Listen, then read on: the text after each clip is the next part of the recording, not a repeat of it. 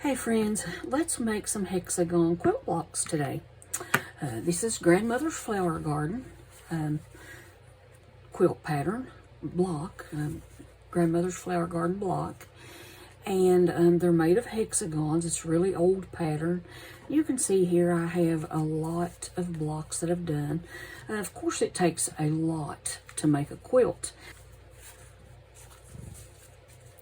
There's some pretty fabrics in here. This is all vintage fabrics that I've had for ages. And I'll not go through all of these, but you can see there's a lot of different fabrics in here, and that's really, in a scrappy quilt, of course, that's what you want. As many scraps as you can possibly come up with. Okay, so we'll not go through all those. I think I have about 50 or 55 of these or something already made.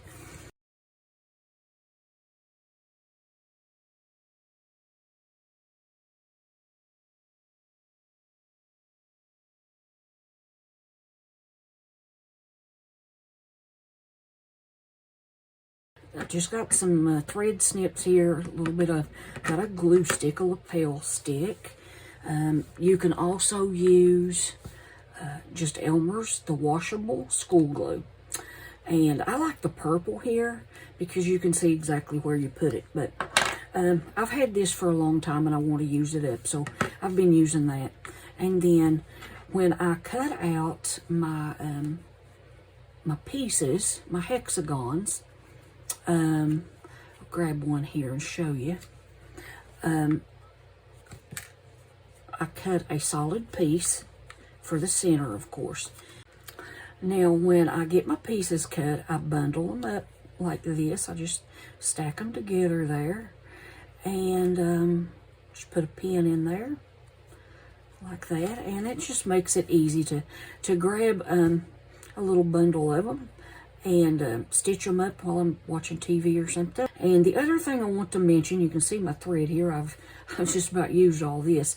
And I actually think this came in a bunch of stuff I got at a flea market, a bunch of sewing stuff, and I didn't throw it away because I figured it would come in handy for something. And so this is what I use to baste the blocks with. I would not, or the pieces, your hexagons, I wouldn't use a good thread because you're just wasting it. As long as you got a thread that will hold your pieces onto your block or your hexagon, then that's all you need. And then you can sew your pieces together when you start piecing them together here. Then that's when you want to use your good thread. But your basting threads here, just use something, the cheapest that you've got, and it'll work fine. So let's do one of these. I'll show you how to sew one of these together here.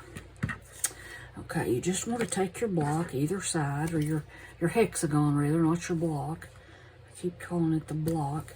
Put a little dab of glue on there, and then just center it on your piece there as well as you can.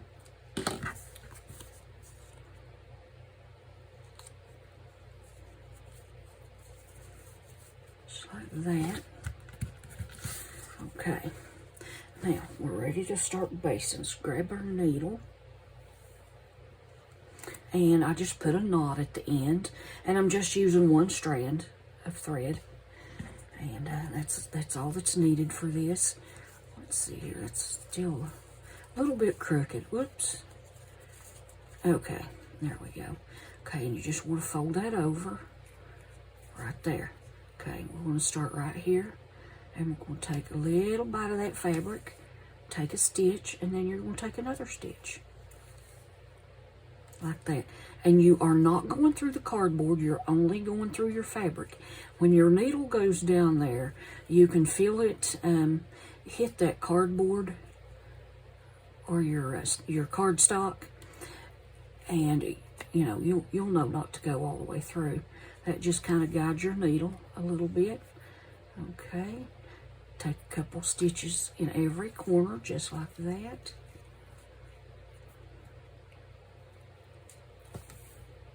these are, to me, this is really relaxing to just sit and sew on these.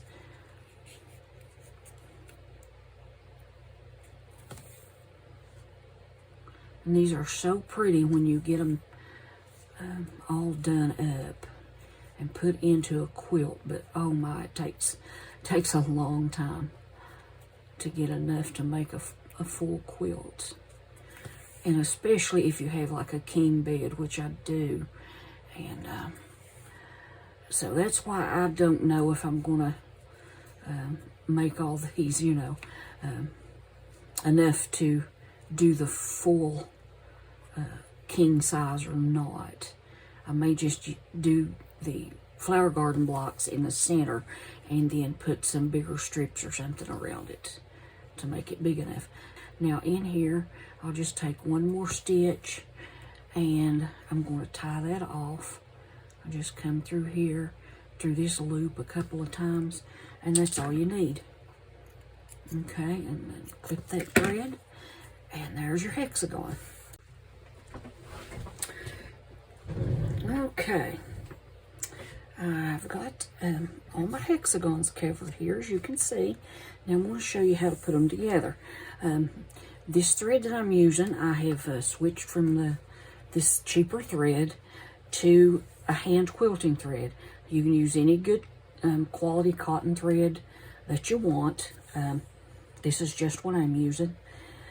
And so you're going to take your hexagons and you can place them right sides together. Okay. And then we're going to start right here in this corner, and we're going to use a whip stitch, just going through the fabric only, and not the, you don't want to go through the cardboard, the cardstock. And I put a couple of stitches there, and then about every 1/8 of an inch or so, you're going to take your little stitch. Okay, all the way across. But, okay. Keep going here. We're almost to the end here. Take a couple more stitches, and I'm going to put one right there in the very end at those corners, just like that. Okay.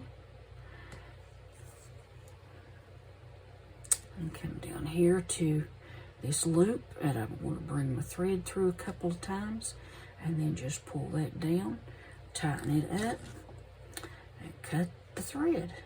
Okay. So there you have that. And I'm going to make a quilter's knot. Wrap my thread 3 or 4 times.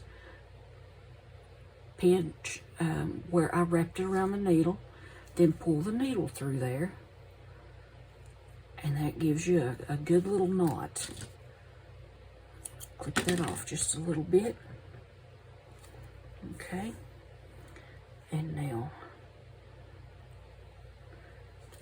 we're going to grab this one, and we're going to sew it this way, and this is going to have that Y seam in it. And so there's nothing much to sew in that either. Okay, we're going to put a couple of stitches right here at the beginning. Okay, and then we're going to just work our way across. Okay, so now right here, you want to make sure that you put your needle in the very corner of this block and this hexagon and this hexagon. I don't know why I want to keep saying block, but anyway, I'm going to put a double stitch there, right in the same place, just like that. Okay, now you're going to open this up. Okay, you're going to turn this way. Okay. Turn it just like that. You see, you're going to fold it. Fold this block here. Fold it down to where these corners here meet. And you've got your block or your hexagon all evened up around here. Okay, now we're going to take a stitch right here in the corners of this one and take another stitch in the same place. Okay, and then we're going to continue down through here till we get to the end of that